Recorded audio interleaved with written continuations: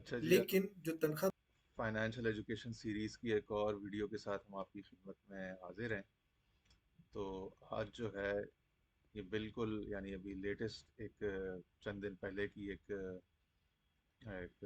Podcast session है ये। खिज़र कलून साहब और अरसलान सुमरो साहब के माबैन।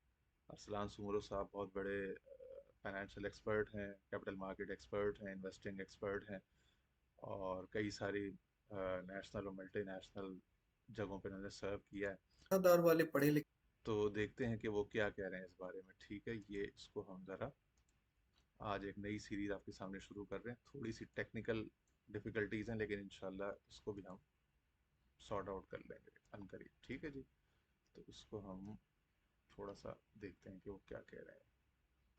लिखे लोग हैं जो मिडिल क्लास हैं, जिनके घर में बाप बहन भाई सब कमा के हाउस होल्ड इनकम है, जिसकी 1.5 लाख है, किसी की 3 लाख है, किसी की 5 लाख है।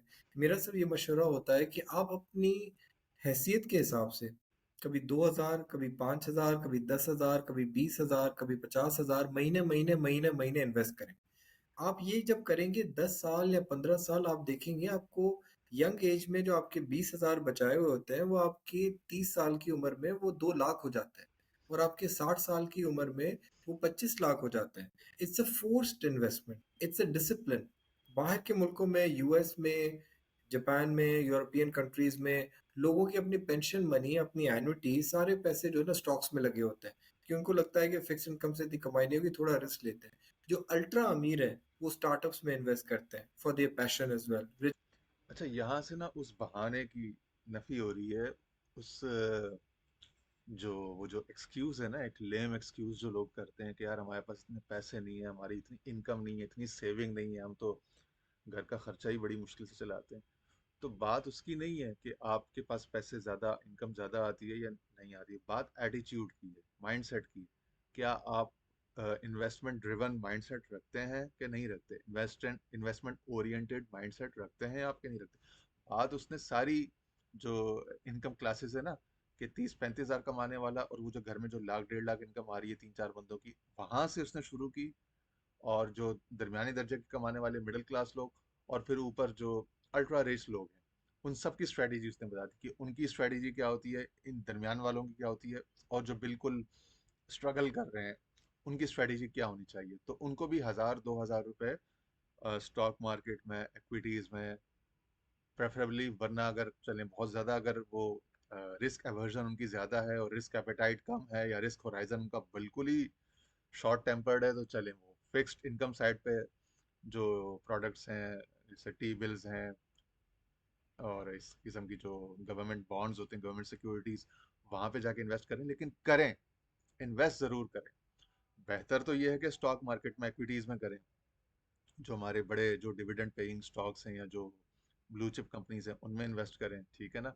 इस वक्त बहुत ज़्यादा आवाज़ आ रही है पीपीएल की, ओजीडीसी, पीएसओ, सीमेंट में लकी सीमेंट, और होजरी में, टेक्सटाइल में इंटरलूप, टेक्नोलॉजी साइड पे सिस्टम्स लिमिटेड।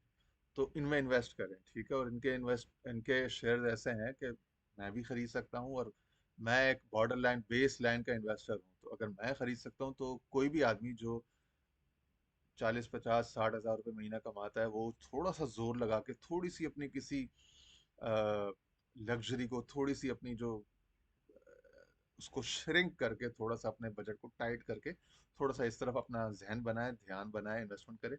वैसे भी देखें ना, जो बिल्कुल जो गरीब से गरीब लोग भी होते हैं, तो वो इन घरों में बीसियां डालते हैं, 2,000, 2,500, 3,000। तो वो बीसी के बजाय स्टॉक मार्केट में डालना शुरू करें, ताकि एक 10-15-20 साल में उनके पास एक अच्छा, एक वैल्यू अप्रिसिएशन हो, एक जो है ना वो उनके पास एक अच्छा कैपिटल गेन्स हो। ठीक है ना। साथ में डिविडेंड्स तो आते ही रहते हैं। रिच होने के लिए, वेल्थ अपनी एक्यूमुलेशन के लिए, नए नए आइडियाज के लिए। पाकिस्तान में अगर एक लड़का 60,000 रुपये कमाता है, उसकी बीवी 50,000 कमाती है, या मिला के 2.5 लाख 2 लाख कमाते हैं, तो आपस में एक डिसाइड कर लें कि ये हमारी बजट है। आज से ही हम 10% जो है ना मंथली सेव कर देंगे। अगर आपको लगता है कि आप मेरे ख्याल है वो जो जॉर्ज क्लेसन की किताब है, the richest man in Babylon, उसमें भी उसने कहा था कि आप शुरू करें तो अपनी इनकम का 10% जो ना, पे योर सेल्फ फर्स्ट, कि अपने लिए सेविंग में, अपने लिए इन्वेस्टमेंट में 10% लगाएं। ठीक है ना? तो 10% तो यार मैं समझता हूँ कि कोई भी आदमी कर सकता है। यानी ये कोई ऐसा कोई इनक्रेडिबल या अनबिलीवेबल किस्म का कोई इम्प्रैक्टिकल किस्म का टारगेट नहीं, तो बिल्कुल प्रैक्टिकल बात है।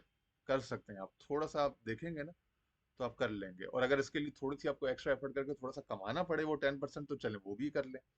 तो 1-2 घंटे के अगर आप एफर्ट ज्यादा कर लेंगे तो आप वो कमा लेंगे जो जो भी आपको 10% भारी लग रहा है।